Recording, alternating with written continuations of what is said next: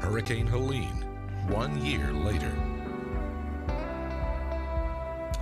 A year after Hurricane Helene ravaged western North Carolina, Governor Josh Stein is asking the federal government for an additional $13.5 billion.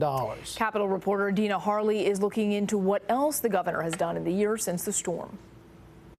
In western North Carolina, stark reminders everywhere of devastation caused by Hurricane Helene 1 year ago. Tens of thousands of folks lost their homes. Thousands and thousands more lost their businesses or their livelihoods.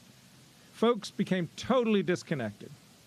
No communications, no water, no electricity, no means to get from one place to the other. Now, a year later, rebuilding continues. In some areas, progress is substantial. Just a year later, 97% of all state-maintained roads closed by Helene have been reopened. 97% of the roads. Financially, though, the state is nowhere near whole. The average federal contribution to a state after a major storm as a percentage of the total damage is about 50%. To date, North Carolina has received 11%. After taking office in January, Governor Josh Stein made a few promises. First and foremost, he vowed to work across the aisle with the Republican-led General Assembly and sign legislation to fund recovery as soon as possible. He did that by signing over $1 billion in relief money as two separate bills landed on his desk. He also vowed to get every dollar possible from the federal government. Most recently, Governor Stein requested $13.5 billion.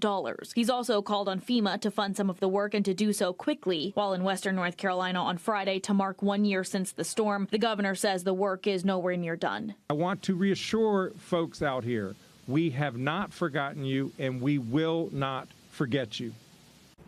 That was Dina Harley reporting. Lawmakers on both sides of the aisle have repeatedly said they are also open to funding more from the state. According to the state's Helene Recovery Dashboard, 601 households are still in need of shelter following Helene. We spoke with I lived out in Woodfin at the time, and we just came back from vacation. Our house did flood about 3 feet, probably in water. The floors was carpet, so it kind of ruined our house. We had to move out. We had to struggle with FEMA for a little bit, which was definitely an experience. They're hard to work with, but the people there are very helpful. We were able to get a hotel in Greenville, and then eventually in downtown for a while, and we got a new house, a new apartment. How long were y'all displaced for? Probably, I'd say like 2 months about, until we were able to get back. There was a little while we had to stay at my stepdad's apartment because we were just out, but it was still near Woodfin. I mean, we were one of the lucky ones. Some of my neighbors were just completely out and didn't have a place with FEMA.